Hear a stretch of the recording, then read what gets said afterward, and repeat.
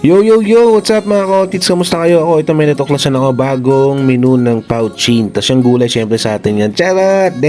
Niluto ko yung mga kotits pati yung kanin. Pero bago yan mga kotits, flex ko muna tong jersey na to. Number 0, Celtics, Jason Tatum na pamporma. Mga par, all-star par, you know. Jersey pero pamporma tol, pampasok tol. Raffle ka na tol, 50 lang tol. Dahil tayo sa'yo, inisip mo yung pinaparapol ko, sinusuot ko din. Hindi pa, meron ako dyan Tatum yan tol 50 pesos mo tol, gawin natin jersey. Tara tol, thank you tol. Taya ka na tol, number mo tol kita tayo tol. Ooh! Pero bago natin mga ka-Otids, syempre ano pang gagawin natin? Welcome to muna kasi Otids Creating Memories. Ooh! Yo yo yo, what's up mga Otids? Ako na naman to si Otids. Tara. Mga Otids, for today's video, maluluto na naman tayo ng mix and match gulay na may isda. So hindi ko napapatagalin, ito nga pala lulutuin natin mga Otids.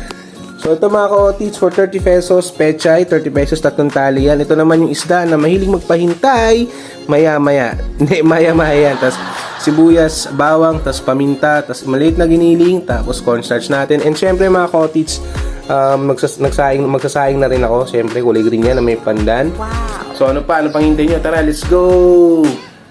So ayun mga Otids, muna natin patagalin to. First step natin, maglalagay lang tayo ng asin sa ating isda. So wag lang masyadong dumami at baka naman umalit yung isda natin mga ka-Otids. Maglalagay tayo ng pisong pamintang pino. Pisong paminta. Tapos maglalagay tayo ng cornstarch to cover yung isda natin para hindi naman siya mag-shrink mamaya kapag pinrito natin. Tapos after nun, babasain mo lang yung cornstarch ng bahagya. Tapos mekos-mekos mo na. So pag na-mekos-mekos mo na mga ka-Otids, pwede mo na iprito yan. So mabilisan lang to. Nilapag ko na yung 4 dyan. Babalik rin ko na rin yan mga ka-Otids. Pag ganyan yung itsura ng isda mga ka-Otids, di pa masyadong luto yung loob niyan. So prituhin nyo pa ng bahagya yan. Tapos ako, tatakpan ko lang siya. Tapos ipapakita ko na sa inyo yung finish product ng isda natin mga ka-Otids. So after ng isda natin mga ka-Otids, proceed naman tayo sa gulay natin. So first, naglagay na ako ng sibuyas bawang dyan. Hintayin ko na mag-brown yung sibuyas sa bawang mga ka-Otids. Maglalagay na ako ng Argentina giniling, yung pinamalait. So luto-lutuin nyo na mga ka-Otids yung giniling natin. So maglalagay na tayo ng onting asin dyan para naman may lasa na yung giniling natin kapag nilagay natin yung gulay mga ka-Otids. So prituin nyo lang onte, hintayin nyo na kumalat yung asin sa giniling. Maglalagay na tayo ng gulay dyan mga ka-Otids.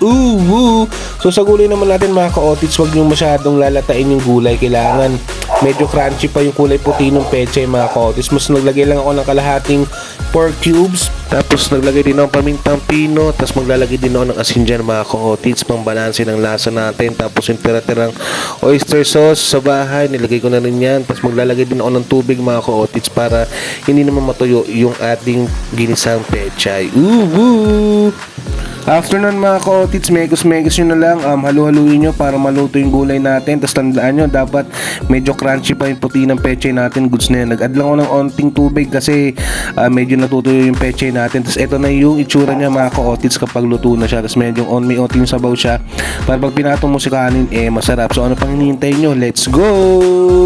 Yun! Ito na ang finished product ng gulay natin mga ka-Otids na may giniling. Kita nyo naman, may sabaw-sabaw pa ng onte, panlagay sa kanin. Tapos ang isda na mahilig magpahintay maya-maya. Charot! Maya-maya yan mga ka-Otids. Tapos ayun na, pechay. Tapos meron din tayong sausawan dyan na toyo mansi. Tapos meron tayong kulay green na kanin na parang sa Pouchin. So maraming salamat mga ka-Otids. Salamat sa panonood. Paalam!